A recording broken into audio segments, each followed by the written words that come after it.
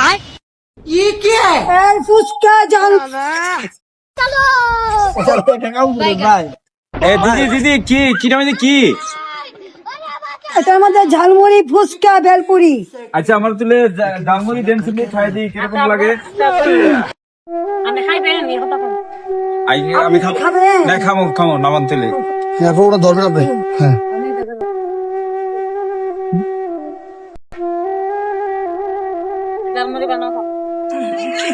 আপনার দোকানটা এত বাড়ি এত বাড়ির দোকান হলে আপনি কিভাবে এই জালমুড়ি বিক্রি করেন? দাদা পেটের দায়ে তো আমি বাসা থেকে বাইরেছি কর্ম করবার জন্য। আপনার পরিবারে কি উপার্জন উপযুক্ত ছেলে নাই? না আচ্ছা আমার জন্য এখন 10টা জালমুড়ি বানান। ঠিক আছে। আপনি উপার্জন কোনো আর কোনো রাস্তা আছে নাকি না? আমার না দাদা, আমার উপার্জন করার রাস্তা নাই। আমার বড় ছেলে ছিল, আমার বড় ছেলেটা মারা গেছে আচ্ছা এই আজকে দুর্গাপূজার 2 দিন আগে। আজকে 9 মাস হয়েছে আমার ছেলেটা যে মারা গেছে। ছেলেটার বয়স ছিল 11 বছর। ছেলেটার নাম হচ্ছে অভিজিৎ দাস। কিভাবে মারা গেছে? কিভাবে মারা গেছে লিভার জন্ডিস হইয়া। আচ্ছা। লিভার জন্ডিস হইয়া মারা গেছে। ব্রাহ্মণবাড়িয়া 40,000 টাকা আমরা খরচ করছি, সদরে দেখাইছি, তারপরে ফরাদ হোসেন স্যারে দিয়েছি, শুক্রবারে দিয়েছি।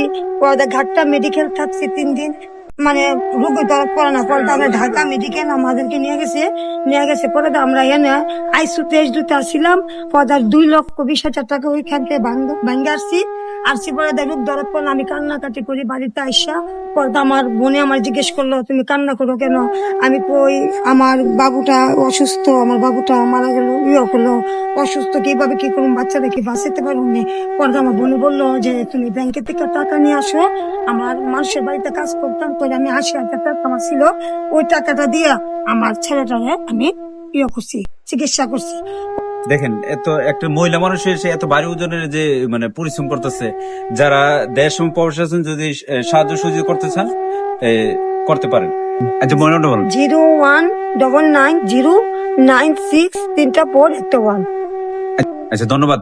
যারা সাহায্য সহযোগিতা করতে চান বিকাশে পাঠিয়ে দিবেন, সরাসরি ওনার কাছে চলে যাবে সহযোগিতা।